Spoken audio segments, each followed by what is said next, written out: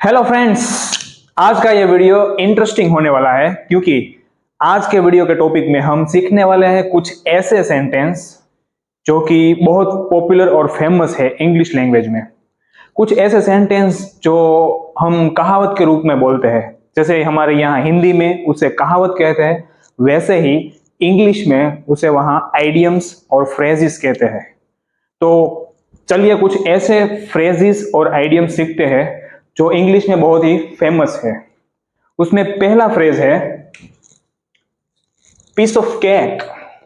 Piece of cake means के अगर आपको कोई काम बहुत ही इजी लग रहा है, बहुत ही मतलब कुछ हार्ड नहीं लग रहा है, तो उस काम को अगर आप इंग्लिश में कहेंगे तो आप ऐसा कह सकते हैं कि it's just a piece of cake. Then second phrase, it's not my cup of tea. ऐसा सेंटेंस हम कब बोलते हैं? जब भी फॉर एग्जाम्पल कोई ग्रुप अगर कोई टॉपिक पर डिस्कशन कर रहा है और कोई टॉपिक ऐसा है, फॉर एग्जाम्पल पॉलिटिक्स के बारे में डिस्कशन कर रहा है और आपको उस ग्रुप में पॉलिटिक्स में कोई भी दिलचस्पी नहीं है, तो आप उस ग्रुप को ऐसा कह सकते हैं कि I am not interested. But अगर डिफरेंट वे में आपको कहना है तो आप कह सकते हैं कि it's not my cup of T, means के आपको उस विषय में कोई दिलचस्पी नहीं है, कोई इंटरेस्ट नहीं है। चलिए next phrase, under the weather. Under the weather कब कहेंगे? जब भी आप बीमार पड़ते हो और आपको कहीं काम पर जाना है, फॉर एग्जाम्पल आपको ऑफिस जाना है और आपको अपने बॉस को कहना है कि मैं आज काम पर नहीं आ सकता, मैं बहुत ही बीमार हूं, तो आप उसे एक इंटरेस्टिंग वे में भी कह सकते हैं। For example today I can not come and I am feeling under the weather. Under the weather means के आप बहुत ज्यादा बीमार हो आज। देन नेक्स्ट फ्रेज, डोंट जज a book by its cover. This one is interesting phrase, don't जज a book by its cover. यह फ्रेज आपने कहीं ना कहीं सुना ही होगा, कोई किताब में या फिर कहीं ना कहीं आप कोई फ्रेंड्स ने आपको सुनाया ही होगा। तो इसका मीनिंग क्या होता है? पहले नजरिए से तो ऐसा लगता है कि इस फ्रेज का मीनिंग यह है कि किसी भी किताब को उसके कवर से जज नहीं करना चाहिए। वैसे ही हमारी लाइफ में अप्लाई होता है, किसी भी इंसान को उसके बाहर लुक से हमें उसे जज नहीं करना है, उसके कर्मों से हम उसे जज कर सकते हैं। नेक्स्ट फ्रेज है break the ice. Break the ice कब कहते हैं? जब भी कोई दो ग्रुप में बहुत ज्यादा तनाव है और कोई तीसरा व्यक्ति वहां पर आकर उसका समझौता करवाता है, तब हम कह सकते हैं कि he is just breaking the ice, means के वो तीसरा व्यक्ति दो ग्रुप के बीच में समझौता करवा रहा है। तो हम इंग्लिश में ऐसा कह सकते हैं कि he is breaking the ice. Break the ice. Then next phrase, hit the books. This one is my favorite. Hit the books वो हम कब कहते हैं? फॉर एग्जाम्पल अगर आपका दोस्त आपको कहीं बाहर चलने के लिए बोल रहा है, कहीं घूमने जाने के लिए बोल रहा है, पर आपको अपने स्टडी और अपने अध्ययन में ध्यान देना है, तो आप उसे ऐसा कह सकते हैं कि आज मैं सॉरी दोस्त, आज मैं नहीं आ पाऊंगा, आज मुझे बहुत ही ज्यादा पढ़ाई करनी है। तो आप इंग्लिश में इंटरेस्टिंग वे में भी कह सकते हैं कि I am not coming today and I am gonna hit the book. I am gonna hit the books. Then next phrase, let the cat out of the bag.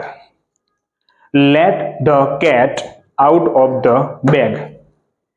चलिए इसको मैं आपको एक अलग ही इंटरेस्टिंग एग्जाम्पल देकर बताता हूं। फॉर एग्जाम्पल आपके दोस्त का बर्थडे है और आपका कोई दूसरा दोस्त केक लेने के लिए गया हुआ है और वो वापस आ रहा है केक लेकर, बट आपके दोस्त को जिसका बर्थडे है उसको पता नहीं है कि कोई दोस्त केक लेने गया है, और आप डायरेक्टली ही उस दोस्त को फोन करके बता रहे हो कि दूसरा दोस्त केक लेकर आ रहा है, मीन्स कि आप सरप्राइज ओपन कर रहे हो। और सीक्रेट रिवील कर रहे हो, तो उसको हम इंग्लिश में कहेंगे let the cat out of the bag. Means के आप सीक्रेट अपने आप ही रिवील कर रहे हो, मतलब कोई रहस्य आप दोस्त को बता रहे हो।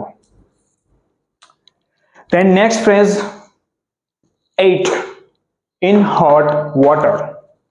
अगर आपका दोस्त बहुत ज्यादा मुश्किलों से घिरा हुआ है, बहुत ज्यादा प्रॉब्लम में है, तो आप उसको ऐसा कह सकते हैं कि my friend I am feeling very sad, you are in hot water, you are in hot water. Means के आप बहुत ज्यादा प्रॉब्लम्स में हो, you are in big troubles.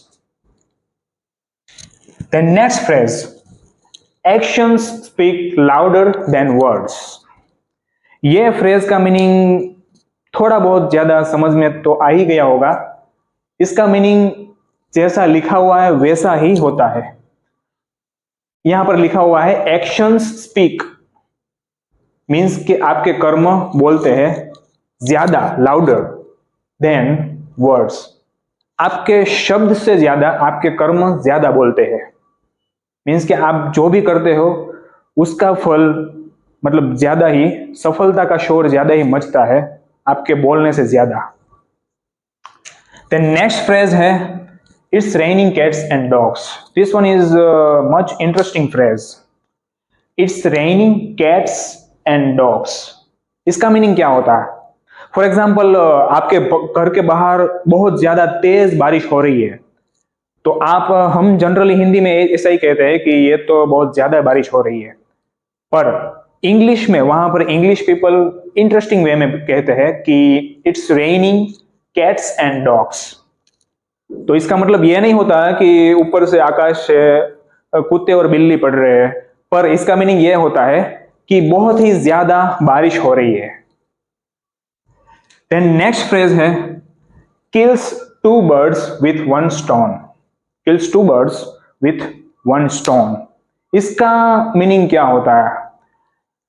इसका मीनिंग अगर मैं आपको हिंदी के कहावत में कहूं तो आपको ज्यादा ही समझ में आ जाएगा। हमारे यहाँ हिंदी में कहावत है कि एक तीर से दो निशाना, तो उसका सेम यही मीनिंग होता है इंग्लिश में kill two birds with one stone.